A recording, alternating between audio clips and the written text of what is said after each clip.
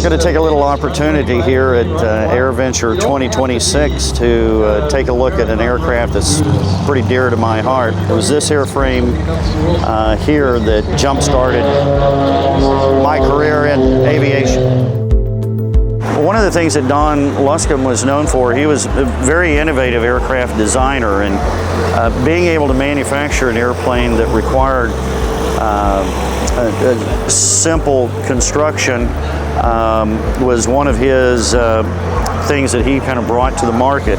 Again, without having to have complex stamping and or stretching or shrinking tooling, he was able to take the majority of this aircraft and cut it from a flat sheet of aluminum. Ailerons on this airplane are also very unique. If you notice here that when the aileron goes up, you have a portion of the aileron that drops below the chord line of the wing. In itself, that produces a little bit of drag out here and also helps blow the aileron in that you don't have as much adverse yaw, which really improves the handling qualities of this airplane.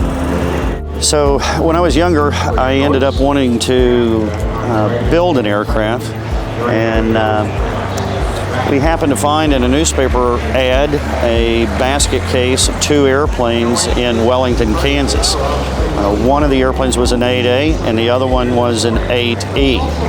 The difference between the 8A and the 8E predominantly is the dual strut versus a single strut, and a fabric wing versus a metallized wing.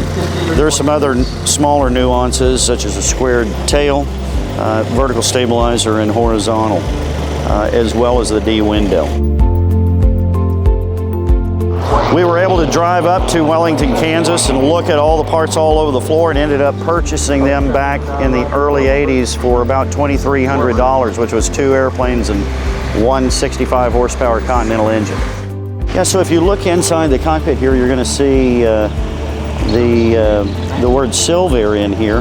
The airplane was called the Silvaire because coming from the factory, they were all polished aluminum and they looked like they were minted from silver. I can't imagine getting one of these in 1947 or 1948 all polished out. They looked like they were fresh from the mint.